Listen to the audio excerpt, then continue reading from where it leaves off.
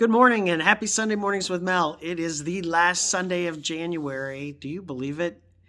January, the first month of 2022, is over tomorrow. And that just means we're that much closer to spring. Let's just think of it that way. It is so cold outside. I had every intention of doing this where on the pond where it was snowy, and I just couldn't do it. It is so brutally cold, even though it is in the teens today. But today at St. John's, we are going to be taking in new members. We have not been in church for the last 3 or 4 weeks. And so it is going to be so good to be back in church together with our church family, which leads me to my first song. And we'll be singing it in church today, but it goes, I'm so glad I'm a part of the family of God. I've been washed in the fountain, cleansed by his blood. Join heirs with Jesus as we travel earth's sod.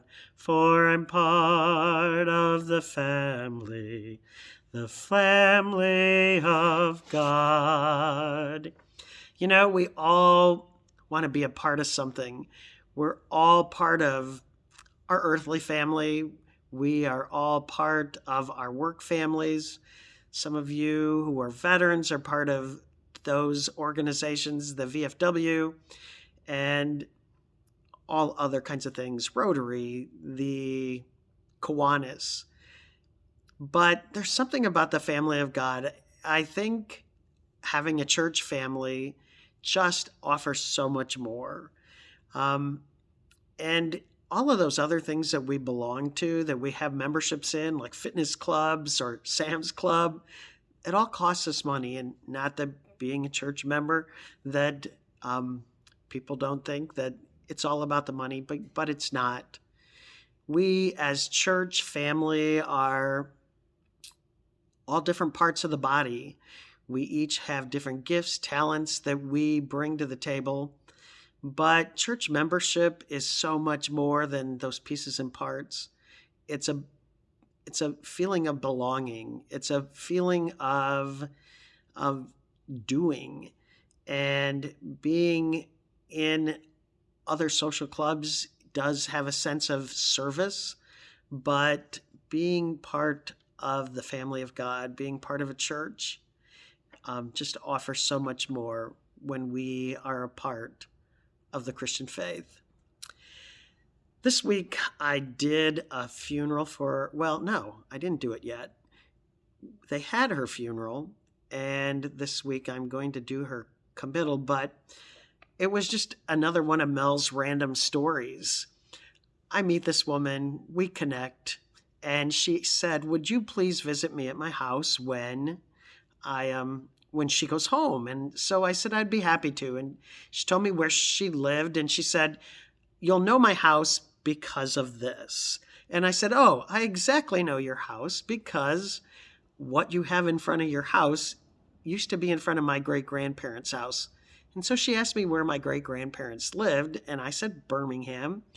And she said, we bought our business off of your great-grandparents in the early 70s. And so I just thought that was cool that she knew my great-grandparents. Well, I went and visited her at her house and got to meet some of her family, her siblings, her kids. And then she mentioned something about the area where I live. And so she said something, and I mentioned a family name, and she looked at me like, how do you know my maiden name? And one thing that I think is unique about me is my connectivity to so many people in so many different ways over so many generations. But at her funeral that they had this week, they sang this hymn, and it's less familiar to me, but it did touch me this week because sometimes I think we live in fear. I sometimes think that we are afraid to make decisions, that we're afraid to move forward. And when we make those difficult decisions, we need to know that we are not alone, that if we are part of that family of God, that He is there with us. And so I want to sing this song, and it's called Be Not Afraid. And I may botch it, but hey, it's the thought that counts. And it says, "You shall cross the barren desert, but you shall not die of thirst. You shall wander far in safety, though you do not know the way. You shall speak your words in foreign tongue, and they will understand. You shall see the face of God and live. Be not afraid. I go before you always.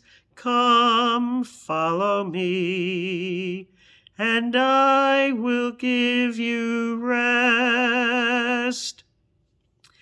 And I don't know about you, but I have been, it goes on to say, if you pass the raging waters and the sea, you won't drown. If you walk amid the burning flames, you will not be harmed. If you stand before the power of hell and death is at your side, know that I am with you through it all. And I just needed to hear that this week. I just needed the reminder that I am not alone, that God walks beside me. So that's really what got me through this week into the weekend. And I hope that that helps you. We are not alone. We have someone far greater than us. I'm going to try to sing one more song because, again, as I go through these challenging times, and sometimes I just want to lash out and just be like the world. I want to be mean. I want to just say, give them a piece of my mind. And we can't do that. We walk to a higher standard. So the last song I'm going to sing, and I'm going to pause it for a minute. So it's the prayer of St. Francis, and it goes like this. Make me a channel of your peace. Where there is hatred, let me bring your love. Where there is injury, your pardon, Lord. And where there's doubt, true faith in you. Make me a channel of your peace. Where there's despair in life, let me bring hope. Where there is darkness, only light. And where there's sadness, ever joy. O Master, grant that I may never seek so much to be consoled as to console, to be understood as to understand, to be loved as to love with all my soul. Make me a channel of your peace. It is in pardoning that we are pardoned, in giving of ourselves that we receive, and in dying that we are born to eternal life. So, this week, go out there. Be an instrument of peace. Be that difference in the world. I know it's hard. COVID just makes us want to go, rah! But we can't.